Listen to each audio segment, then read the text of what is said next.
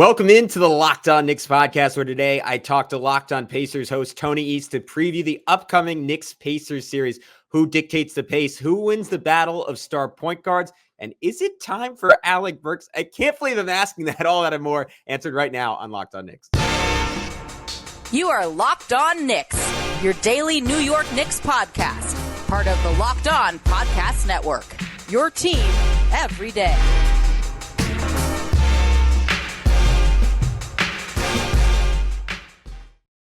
Game off. We got to talk more about Monopoly Go, the fast-paced game. Lets you team up with teams for tournaments to unlock awesome prizes like unique stickers for trading, cool playing pieces, and hilarious emojis for talking to your friends. So download Monopoly Go, now free on Google Play or the App Store. Game on, and now series on. I wanted to thank you for making Locked On Knicks your first listen today and every day. We're now available on all platforms. So if you haven't yet, be sure to check us out on YouTube, subscribe, and hit that notifications bell to ensure you don't miss an episode throughout the playoffs, because they're coming hot and fast 6, sometimes even 7 times a week. But who's talking to him? Gavin Schall, your favorite play-by-play broadcaster's favorite play-by-play broadcaster. And I forgot to remind you, but I'm going to do it right now. To that auto download function on the podcast side of things. We wanted to thank all of you. We've been killing it on the podcast side. Top 125 sports podcasts in the country, top 20 basketball podcasts in the country. And that is thanks to all of you. So from the bottom of my heart, I really appreciate it. And I am confident this is a good way to repay you, because Tony's awesome. We have a really fun conversation previewing every aspect of the series, and we get into it right now on Locked On Knicks. All right, guys, as promised, lucky enough to be joined by Mr. Tony East, the fantastic host of the Locked On Pacers podcast. You knew it was coming. Our bosses demanded. I also love talking to him. A Locked On crossover. Tony, how's it going? How hyped are you for Knicks Pacers? As you just told me, round 8. 8. Gosh, that's what makes it so fun to me, is Spike and Reggie, and I hope Reggie's on the call for one of these, and just the history of, and I believe it's 4-3, so the Knicks can even up the series of series. Is that a thing? So yeah, the history, 2 teams that play completely different Team USA guards. I mean, it's going to be a hoot. I can't wait. Yeah, I'm really hyped as well, and it is going to be such a nice departure. Maybe I'll regret saying this. The Pacers score like 180 points in game 1, but the Knicks and the Sixers had the 2 lowest paces of any team in round 1. You don't want both teams to have the lowest paces in the same series. It was such a slog. It was such a war. I never want to see Tyrese Maxey again. Presumably no one in Indiana is going to try to cripple Mitchell Robinson. So I might hate you and your team in like 5 days, but for now, Tony, it's all love. I'm super excited for it. You're nominally, just because I said I'd make the room for it, you're nominally the guest here. So I'm gonna be courteous and give you the honor. What's your first burning question about Knicks Pacers? Yeah, the most interesting thing to me, we have it on the side, is the pace battle, and really I'd like to get even more granular than that, because last year Knicks Cavs, this year again with Knicks Sixers. The Knicks on the glass has just become such a thing in these postseason settings, where they're so relentless on the offensive boards that even on possessions they don't score, they still have chances. I think it was 40-something% offensive rebound rate in Knicks Sixers. You 37%, because they had one bad game. Outside of that, it was like 42, 43. Yeah, just stunningly good, right? And so on one hand, that will be a strength against the Pacers. Don't get me wrong. The Pacers are not a good rebounding team. The reason it's interesting isn't because I think the Pacers have the perfect, we can just defensive rebound and be fine. It's that the Pacers want to run when they do get a rebound. And so if the Knicks go and don't get it, they are then more likely to give up points. And so obviously the Knicks are so elite at it that maybe they just don't care. We'll crash the glass, it'll be fine. Where the Knicks, great. But that battle, how both teams have to approach it and adjust to what is happening, is such a unique dynamic in a playoff setting, where usually it's like, how are we going to break down their defense? How are we going to stop this star player or that star player? Because my second most interesting thing is a who guards who question.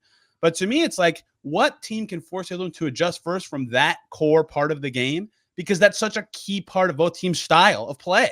And if you have to adjust out of it, that's a big loss. So the first question I had for you on my list is, what balance did the Knicks strike between crashing the glass and getting back into the game? So either we're both really smart, or this was pretty obvious. Maybe both can be true. It's a great question. I don't think the Knicks are going to relent on the offensive glass. They shouldn't. Yeah, it is just too essential to who they are. And their first option on offense is Jalen Brunson. Their second option on offense is rebound and put back Jalen Brunson shot. Their third option on offense, maybe even their second, is rebound Jalen Brunson's missed shot, kick it out to someone for an open three. Like those are the three options. And then you get into Dante DiVincenzo and Josh Hart and OG Anunoby from there. But they needed to get the points. If not, they're just not going to score enough because Jalen Brunson is the lone guy left who can consistently create a shot. Maybe we'll get to this a little later. OG Anunoby has shown flashes of that. Dante DiVincenzo had his one good game in the series outside of game 2 to close out the Sixers. So that was all encouraging. But I think the Knicks are just going to have to risk it. What I was curious about, and apologies, this is way wrong because I was stunned when I saw this. I cannot say I watched a ton of Pacers Bucks, but looking up the pace stats in the playoffs, the Pacers only had the 9th fastest pace in the playoffs. Granted, it was all like pretty close together. So one game could have swung that. But I'm curious what Milwaukee did to kind of gum up the gears of Indiana getting out in transition and what the balance they struck there. Indiana in the regular season not held under 100 or held under 100 points just once. Milwaukee did it twice against them. What did the Bucks find success with? And do you think the Knicks can replicate that even if they are super aggressive on the glass? Yeah, there's a couple parts of just the raw pace numbers that are interesting because pace is like a whole game for both teams. And so if the Bucks possessions are long, it's going to make the Pacers pace lower. And that's part of it is the Bucks are really creaky and old. So that naturally slowed the game down. Game 5 specifically, to mention one you just said, where the Pacers scored less than 100, was so slow, like 17 seconds per possession slow. And that's how the Bucks want to play. And the Pacers stunk. They're not good at that. And so I wouldn't say they were doing anything awesome. That's the most they scored in a game in the series. And the Pacers advice said, when we're taking the ball out of the net, we can't run as much, right? That's part of it. But that's also the game they switched the most in defensively. And it was the first time they did it all series, so that was part of this as well. But that forces the Pacers to think a little more. And you just naturally, as a player, when there's a lot of switching, go, oh, there's a mismatch. And you think about mismatch hunting instead of playing your offense and just keep going and going. And the Pacers offense is fast, but when they think about mismatch hunting and doing something else, it slows down. And so the way they were like covering Haliburton all series and the Bucks actually scoring all came together to make that game particularly slower. And in general, that's how the Bucks wanted this to go. I'd have to pull up the individual game logs. I don't remember, but I believe the fastest games in the series were game 2, a huge Pacers by double-digit win on the road, and game 6, the closeout game at home. They won both of those. So I think that they would be above average in pace in those settings, in those games. But in general, they slowed down a little post-Siakam trade. And when they focused more on defense, I would say Christmas-ish to look back at their season. They're still top 5. I'm not saying they're like a slow team, but in general, I think some of that's the Bucks and some of that's just how the Pacers with Siakam play now. But they're still obviously a very big threat in transition and just trying to go as fast as they can. Yeah, it makes a lot of sense. And it's going to be a fascinating challenge for the Knicks because they weren't always perfect in transition defense, even against Philly, who was not trying to run very much. You mentioned Indiana, the uptick defensively, pretty average on defense, which is massive for them. As they were, if not the worst defense in basketball, correct me if I'm off, there's one of the worst defenses in basketball first half of the year. They hit 30th a few times. Yeah. Okay, sure. Yeah. How is that all Siakam? Is that a commitment to a different style? And just looking at it statistically, like how did that show up in the Milwaukee series and translate over to the playoffs? Yeah, a couple points of the season where their defensive momentum and ability turned. One is one I mentioned around Christmas. They changed the starting lineup. Jalen Smith came in for Obi Toppin, and they got bigger, like up and down all up and down the roster. And their bench rotation made more sense too. So that helped their defense quite a bit. They were better on the glass. They were better defending. Then Siakam came in, and they naturally had size to actually put it to 4. And it's not that Siakam himself is the greatest defender. He's fine. It's what it did is now Aaron Nesmith is not guarding a 4 every game where he's 4 inches shorter than his matchup. Like the game before they traded for Siakam, Andrew Nembhard was guarding Lowry Markkanen, and it was the Pacers' best option in that game, right? The Siakam himself, again, is fine, but everyone else can now guard someone that makes sense. Like Nembhard can now guard Jalen Brunson in this series, which maybe wouldn't be possible if other things were the case. So that's what's made them like, they're still not awesome. They're average to slightly below average, but like credible enough. And the trade-off of that was they went from first in offense to second. So like obviously worth it to do all those things. And the Celtics are just a machine. So yeah, they're not a good defensive team still, But I mean, they had enough good moments to beat the Bucks, even though that team was a hobbled team. So I think they'll try to rely on that again. My defense question, I would like you to guess because I have no idea. I've heard different answers from a lot of people that asked. Do you think OG Anunoby guards Siakam or Haliburton when the series starts? I think he guards Pascal Siakam. That is, I think, the most common answer. Yeah, he found an immense amount of success later in the series against the Sixers, where they took him out of the Tyrese Maxey lineup. On Joel.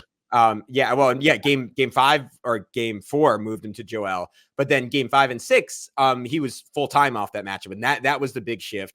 And he became just an incredible rim protector, not like insane block numbers, but altered shot after shot after shot. In game 6, like as much as Dante DiVincenzo played brilliant defense on Tyrese Maxey, it was even more so about Anunoby just doing the Roy Hibbert and just being perfectly vertical. R.I.P. King in a basketball sense. He's alive and still very funny. Just being super vertical at the rim, and he was awesome doing that. And to me, that is the best way to use him. Though Haliburton, it is a fascinating question in the sense that Maxey was just a terrible matchup for what Anunoby's great at, because he was just a notch too quick. And if you had all the sliders on Anunoby's defense, maybe quickness would be like 95 for his size, like 80 overall. That is maybe the one area he can be beat. That's not really how Haliburton beats people. So I'd be surprised if Tibbs doesn't try it, because obviously you really gum up Haliburton, you gum up the Pacers offense, and that could be more important than rim protection against a team that is not crazy in terms of applying rim pressure. So I think it's a fascinating battle. Yeah, I think just a brief would be like, I think you're right. I think OG will start the series on Pascal for all the reasons you said, but there's an OG on Haliburton, Hart on Turner, and Hartenstein on Siakam alignment that would work to me. You'd be risking Turner in the post, but I don't know. If Haliburton's just tearing you up, you might have to live with that. But that would be my thinking on what they would try otherwise. But I agree with you. I think OG on Siakam is how they start. That's interesting. I'd love to talk more about that, but he shows have to be a certain amount of time. So we're going to keep moving. We buried the lead. Two of the best point guards in the NBA, two Team USA point guards, friends, rivals, frenemies, maybe. We'll talk about it next on Locked On Knicks. All right, game off. We got to pause here to talk more about Monopoly Go. I know what you're saying. Flag on the play. You already talked about that, but there is just so much good stuff in this game. In Monopoly Go, you can team it with friends for timed tournaments where you work together to build up each other's boards. The more you win together, the more awesome prizes you unlock. And there's so much to get. Unique stickers you can trade with friends to complete albums for big prizes. Cool new playing pieces to travel the boards with. Hilarious emojis for taunting friends when you smash their buildings or heist their vaults. Plus, Monopoly Go feels new and exciting every day with constantly changing tournaments and challenges. A ton include their own unique mini games like Digging for Treasure or Robot Panchico Machine. And there's always new timed events that help you win big, like massive multipliers for everything you win or rent frenzies. There's always something fun to discover in Monopoly Go. So get off the bench and go download it now free on Google Play or the App Store. Game on. I also want to tell you guys about FanDuel. It's winner take all right now in the NBA and NHL. How about that? The Knicks and Rangers and Pacers all still going. Are you kidding? What a time for these fan bases in FanDuel, giving you a shot to bring home a big win of your own. Right now, new customers on FanDuel get $150. That's a lot in bonus bets with any winning $5 bet. That's $150 to bet on spreads or player props or money lines, whatever you like. They got it and more. So visit FanDuel.com/LockedOn and make every playoff shot count even more on FanDuel, America's #1 sportsbook. All right, so let's talk point guards. I need to start here because I've been wondering about this pretty much all season, and I just have not got a chance to ask you, Tony, on the Bill Simmons patented 1 to 100 percentage scale. He was the first person to come up with it ever. What percentage is Tyrese Haliburton? Whether you interpret that as health or effectiveness, that's all good with me. What parts of his game haven't come back? And just for the Knicks fans listening who have not super followed this, Tyrese Haliburton before hurting his hamstring, if I'm remembering correctly, 25 points, 12 assists, 4 rebounds on 51%, 42% shooting, 42% from 3, 87% from the line. Pretty solid case as the second or third best offensive player on planet Earth. Since the injury, 17-9-4 on 46, 32, 84. And because people love having numbers thrown at them against the Bucks, 16-9-5 on 44, 30, 96 shooting in the first playoff series of his career. So what's up with Hallie? How healthy is he? What should we expect in this series? He says, let me be clear. He says that he is 100% healthy. No star player ever on the history of planet Earth has ever been like, yeah, I'm hurt, and shows weakness. They don't do that. Joel Embiid, maybe a little, maybe a tiny bit. That is perfect timing from you. That's funny. Okay, most star players are typically like, don't show signs of weakness. I'm great. I respect that. I actually now believe him. There was a while he was saying I'm 100% that I was like, I can watch you. But now I believe, like, when he started dunking almost every game again, that's when I was like, okay, his explosiveness back. You read the two. There are two things that shifted for him. But the biggest number drop off of all the ones you just said is his 3-point percentage by a mile, like 10% from pre and post hamstring injury. And it's never fully recovered. And then in the first round, it was only 30%. So for a while, I was tracking this after the All-Star break. His 2-point percentage was like career best numbers. His passing was just as often. I have to be clear about that because they traded away Buddy Hield and their shooting went like dropped as a team. So his assist numbers were lower because other guys weren't scoring. So like his passing and 2-point scoring was the same. And the threes were just gone. That's not to excuse this. That's a huge part of what made him so awesome for the first 2.5 months is he would take 8, 9, 10 threes a game and make a lot of them. Right. So without that, he is still very good. Right. One of the best passers in the league. The Bucks, even when he's shooting 30% from three, are like, oh my God, we have to send 2 guys to him immediately. This guy's very good. He's still very talented. He hit the biggest shot of the series in overtime of game 3. Right. Great player. But if the 3 is this for some reason, whether that's because he's 95 because of the hamstring, or he's just doesn't have it, like something mentally is blocking him putting the threes, then yeah, he's not 100. The number is not 100, and he has not been that level of shooter since January 8th or whatever, which is now 4 months ago. So I can't say 100, even though he says he's healthy. I'll just say like 90. He still draws all the attention of defenses. He's still very threatening. He got up 12 threes in his best game of the series. He missed 11 of them, but like he's still getting open, right? So he's still very good. He's still going to be an integral part of the series, but you were right to mention the Knicks only saw this guy once on December 30th, but he's not the guy he was pre-injury, and most of it is just the threes. If he makes the threes, though, we might be back. We'll see. All right, and then the other end of this point guard battle is, of course, Jalen Brunson. I love Jalen Brunson. Can I just say that before you start? Yeah, this is good. This is good. No, get it out now. I don't know if you will in like a week. Same thing. Brunson on the year, 36 points per game against the Pacers, shot 49% from the field, decently from 3, 10 trips to the line per game. He was amazing against them. And you said earlier, if I heard you correctly, a Nembhard gets to start on him. I was wondering if they were going to try Naismith there, and that might just be like a size matchup thing, because I know Naismith had some decent moments guarding him or on play. Some of them plays Brunson scored on, but I still was really impressed with how he guarded Jalen Brunson. What is the defensive philosophy after we just saw the Sixers throw everything at him and have an incredible amount of success through the first 2 games and then get torched for the most part with some successes the last 4 games of that series? Yeah, I mean, it's so easy to say the Sixers just tried what I would try and they lost. So maybe it's stupid, but like, don't you want, if Josh Hart makes 3 or 4 threes, you might just lose. You might just lose to the Knicks. Same with what was DiVincenzo in game 6-5 for something, like he made a bunch, right? Like, yeah, he's great. If that just happens, you just lose, right? Because Brunson's so good that you don't want to just let him wiggle into his, money shots in the lane the whole game. He's going to make $1 million. I mean, he did against the Pacers all season long. The thing about, like, the reason I said I love Brunson, like that Heat series last year, I hate the way he got talked about because the rest of the Knicks sucked and he was unbelievable every game. Like he was there. He was the engine of everything. That whole series, it was very depressing. They couldn't do a little better. And the Heat were like an unstoppable machine, whatever. But he was awesome. And so in the playoffs, my kind of operating assumptions, like you just can't stop Jalen Brunson. Like you just can't. And you have to try. Like you can't just give him no deterrence and just be like, yeah, we'll shut off everybody else. So I think you have to hope that Josh Hart doesn't light you up from deep and DiVincenzo doesn't light you up from deep and Anunoby doesn't run straight to the basket unencumbered for 6 dunks late in games, which was awesome, by the way. As an IU guy, I have to say that. But it's not easy to do. Tony, you're flattering me this whole time. I love this. Yeah, keep going. Keep saying nice things. I'm sorry. I really like this Knicks team.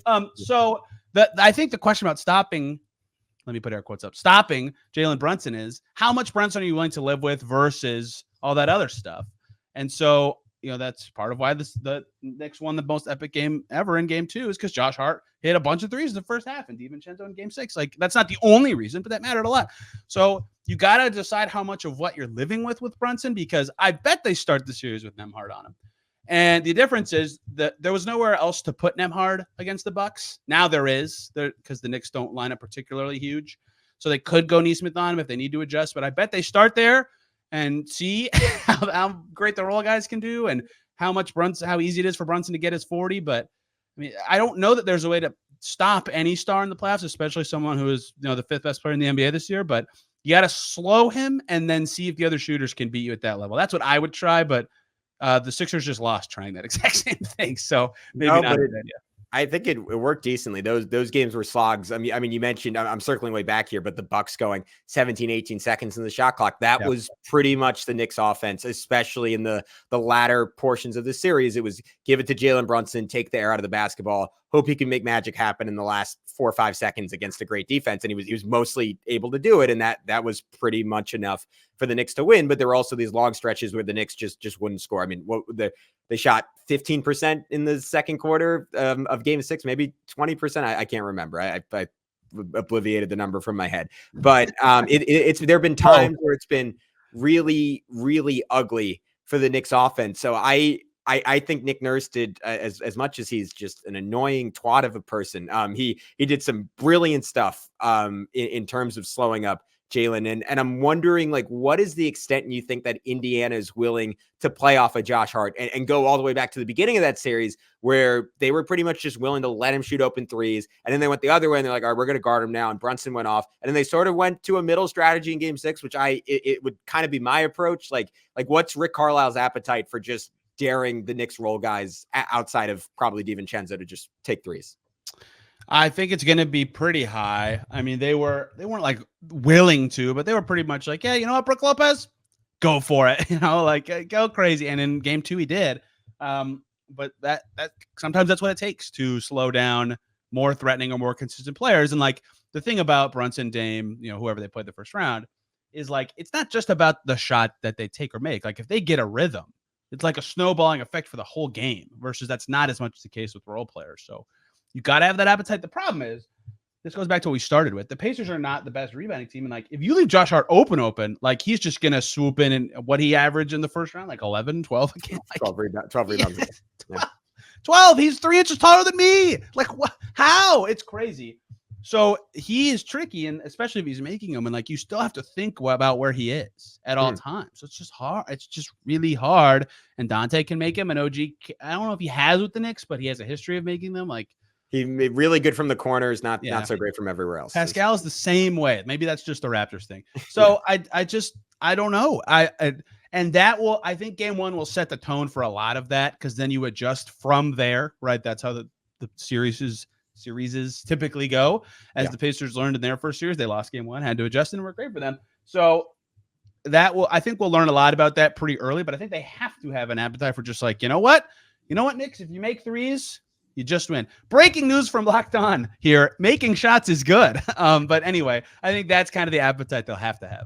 All right. That sounds good to me. I want to talk a little bit more about how the Knicks can slow down Pascal Siakam, what they should do with Miles Turner, and then maybe we'll finish off with a little Knicks Pacers history lesson from our guy, Tony. All that next on Locked On Knicks. You want to make your mom smile this Mother's Day? It's coming up, and you can start Mother's Day with flowers or surprise her with gifts from the brand she loves delivered that very same day.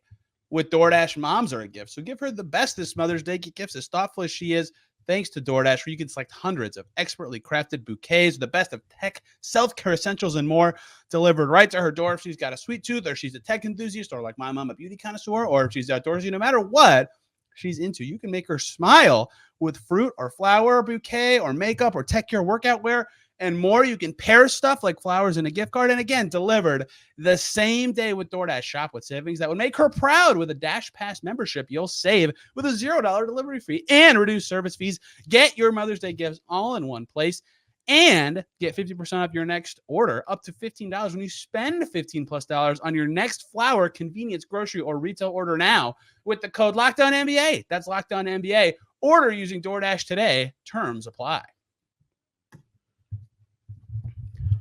All right, Pascal Siakam, weird series versus the Bucks. Incredible. The first two games they combined 73 points. From there, slowed down substantially. A couple of games, 12, 14. Did not, at least offensively, just going off the box score, did not have as much of an impact. Where are you at on him coming into this series? And we never got to see it during the regular season, but how do you think OG Anunoby will be able to take on that matchup that's probably happened a billion times in Raptors practices and now will happen for the first time ever in a real game? Yeah, Raptors people need to descend on this series. And Nick Nurse was in the last one. It's been crazy. So the first two games, the Bucks tried Brook Lopez on him. The thought being, let's put our rim guy down below this guy who's not that great of a shooter. And Siakam was like, yo, I'm way faster than this guy, and I can make this elbow jumper if he sags off. And he just put him in all game. And the first game they lost by so much, the Bucks just stuck with it. And then he killed them in game two, which was the only road win of the series, a critical game. And so then the Bucks were like, we can't do that cross match anymore. And they put Bobby Portis on Siakam, much more mobile. And yeah, it slowed Siakam, but then Miles Turner could just cook Brook Lopez for 2 games. And so it wasn't necessarily, I mean, obviously statistically he was not as good, but a lot of it was just like, oh, Miles Turner's a way better option. They should not go through Siakam as often. And again, he didn't produce as much. I'm not saying he was as good, but that was a big part of it numerically. Like game 6, what he finished with 19 points, but like 16 of them in the second half. Like he really came alive when it mattered there. So I think OG can be closer to Bobby Portis than Brook Lopez by a mile, obviously. So that will be tough on him, right? Guys that can keep him away from the rim, or like guys who know his spin move, which guess what? Anunoby's guarded a lot, presumably in practice, or, you know, guys who know what his pet shots are, like they're going to be really tough on him. So, you know, maybe it's just use Siakam as a screener bunch and see how much the Knicks switch. Maybe it's hope Siakam can make corner threes like you talked about with Anunoby. I don't know, because they found ways to succeed without him cooking, you know, after games 1 and 2. Like that, it was fine, but obviously him being good is very important. He's a very good player. They traded a lot for him for a reason. So how much Anunoby can slow him down and keep him out of those spots, and they can't put a big on him, so they got to try to stick with that as long as they can, will be fascinating to me. Yeah, and I think what the balance Anunoby strikes, because presumably, even though your Josh Hart scenario is still percolating in my head, but like if the Knicks and I'd be surprised if they didn't start this way. Start with Hartenstein and then Mitchell Robinson guarding Miles Turner up top. Obviously, the beauty of the Pacers offense that takes 2 great rim protectors away from the basket where they're at their best. It takes 2 great rebounders away from the basket where they're at their best. And Turner's got to make the threes for that to matter, which did happen in the first round. That was valuable. Yeah, he was amazing until game 6. And that takes away or it makes OG's rim protection, even if the Pacers are not the heaviest rim team in the league, that much more essential. But I wonder if in that scenario, just because Haliburton is less inclined than Maxey to finish at the rim and much better and much more inclined to spray it out to the perimeter, are you basically taking the same gamble that the Pacers are with the Knicks role players and saying, all right, Pascal Siakam, take 1,000,000 threes. If you Grant Williams us, you Grant Williams us.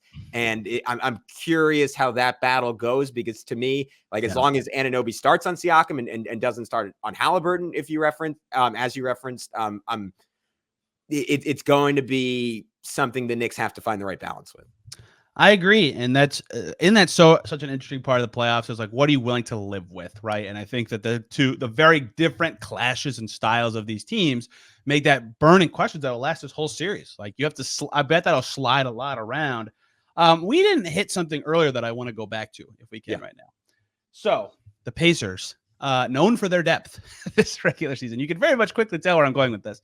They played 9 guys successfully in their closeout game, 10 minutes or more for all of them.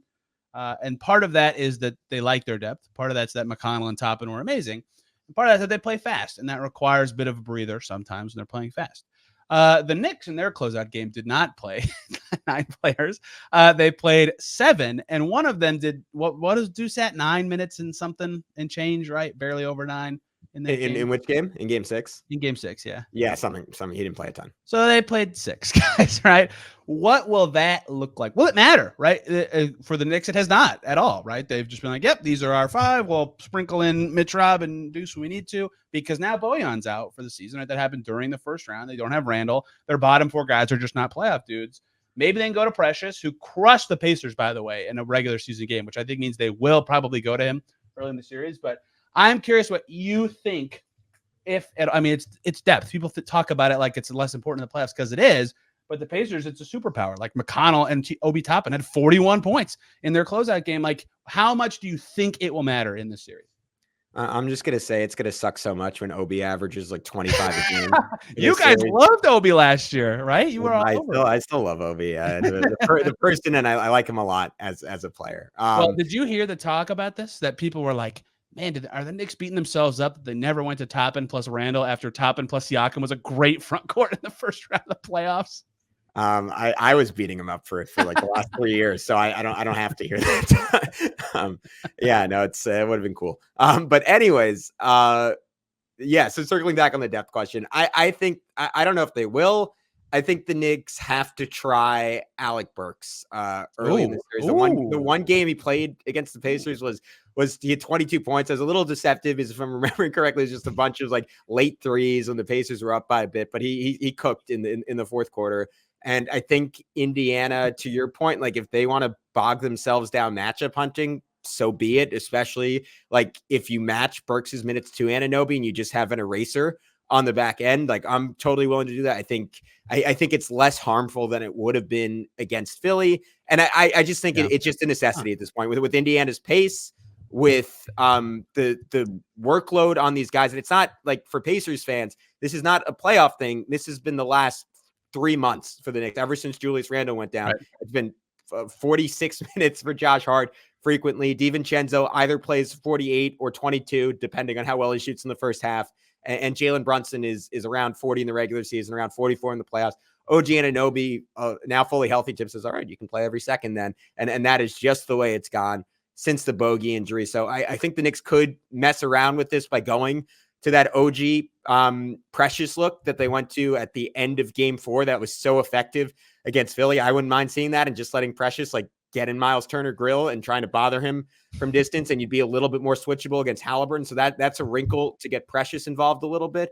But that was also a game Mitchell Robinson was out. And Tom Thibodeau is always super hesitant to play without a true center on the floor if he doesn't have to. He did go incredibly small at one point against Indiana, where he was playing Bojan Bogdanovic at center. I think that was in the third game of the year. He only does that though when they're down by too much to win. And it's kind of just so he can say, "See, it doesn't work. Why would I ever go small?"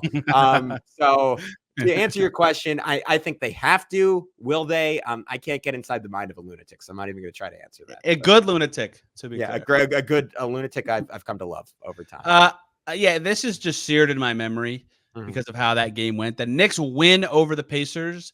Precious played 43 minutes and had 16 rebounds, and 8 of them were offensive. And like all of them were like, the Pacers finally have a chance to cut it to some reasonable number. And then they'd get a stop, and then Precious like, nah, never mind. Like, wow, okay.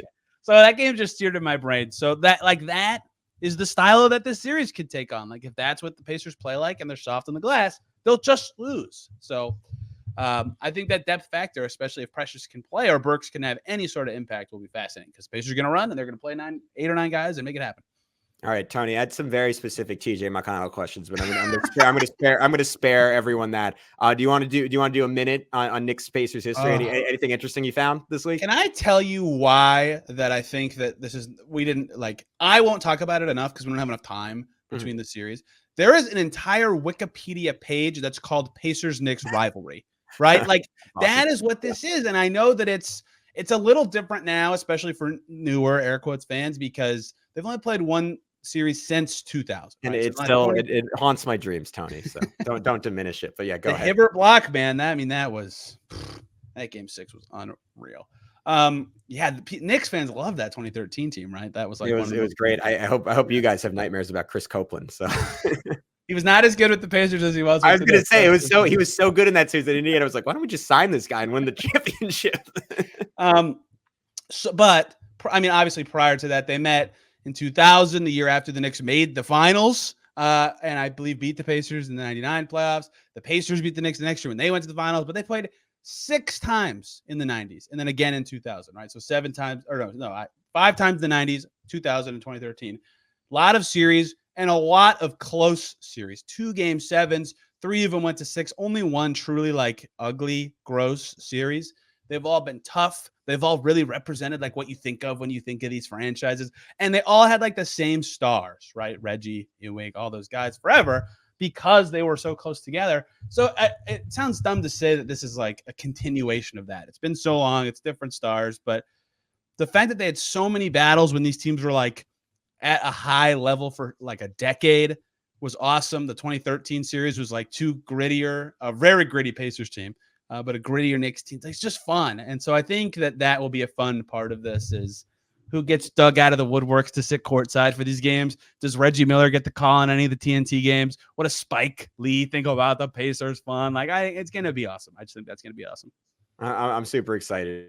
You made me commit to making a prediction before we started. Yes, this. I did. Almost want to say either Knicks in 5 or Pacers in 7, just because I don't know how this Knicks team can physically survive playing 7 games at this point. But I'm gonna split the baby, and I'm gonna say Knicks in 6. I think the rebounding is just an issue that I'm not sure Indiana can overcome. That being said, the Pacers' depth, their speed, if they just shoot well for the right games at the right times, like they can certainly win this series. And I think it's going to be super competitive and live up to the great history between the two teams. What do you think? I agree that it will be a longer series. How does it make you feel that every ESPN analyst picked Knicks in something? I really don't like that. But go ahead. And it's gonna be even worse if you pick the Knicks now. But I will join them. I am going to pick the Knicks. I'm picking the Knicks in 7 because I think the rebounding is going to travel and be very hard to adjust to, right? Even if the Knicks are getting killed in transition, I think that battle will give them just enough edges that the Pacers can't have off games offensively. I think the Pacers can win this series, certainly, right? They did well. They don't matter. We figured that out in the first round. The regular season games don't matter, but they showed that they're not immune to the Knicks style. They can do well against it. I think Miles Turner is a huge X factor. I think Haliburton getting going is an X factor, but I think the Knicks are so good on the glass that it's going to be really tough for the Pacers to overcome that. And if they get out possessioned, it's not going to look like the Cavs series last year, obviously. The Pacers are a lot better than that Cavs team, but there could be moments or games where it looks a little like that. And I think that is why I'm picking Knicks in 7. Good luck winning a game 7 in MSG. But I will say that I'm 55% Knicks, 45% Pacers. It is not a big gap to me. No, I think it's going to be really competitive. And I think this is a somber note to end the pod on, so hopefully most people have turned it off at this point. I think the Knicks are a walking corpse in some way. Wow. Like Bojan, that sounds dark, and it's 7 players was stunning to me in that game 6. It was 6.5 to your point. Yeah, and it was mostly about maybe the Celtics looming in the next round. That might be the source of my pessimism, but I think losing Bojan was just one guy too many. And I think about how Buddy Hield just came off the bench and ripped 5 threes in the first half, and the Knicks just losing that possibility with Bojan out. I think it's a bigger loss than people think. Of course, it's more time where you just have great defenders, but you just see the fatigue piling up. Like Jalen Brunson typically does not miss clutch free throws. He missed a bunch of them. Josh Hart could barely make a free throw down the stretch. Just mental mistakes, not getting rebounds late in that Philly game where they were the fresher team. Indiana can replicate some of that just because they're going to have more energy. So that is the fear here. And if it does get to 7, even if it's at MSG, I mean, this Knicks team, it's just hard to doubt them at this point. But there's a world where Indiana wins just because the Knicks are completely wiped. One final stat I wanted to throw in, and then we could go. The Pacers in the first round, 9.8 turnovers per game, least of any team in the first round. In beating the Bucks, they had the best assist to turnover ratio of any team in any series in the last 30 years. Shout out to NBA.com for that great stat. I'm going to I didn't even know that. Right, that's from Steve Ashburner. Incredible stat. Shout out to Steve. That in terms of the possession battle, that can even things up with the Knicks kill them on the glass. Great point. Dang, that is making me think. Pacers in 7, baby. Let's go. Tony said it. Not everyone's picking the Knicks. We can win the series. Goodbye.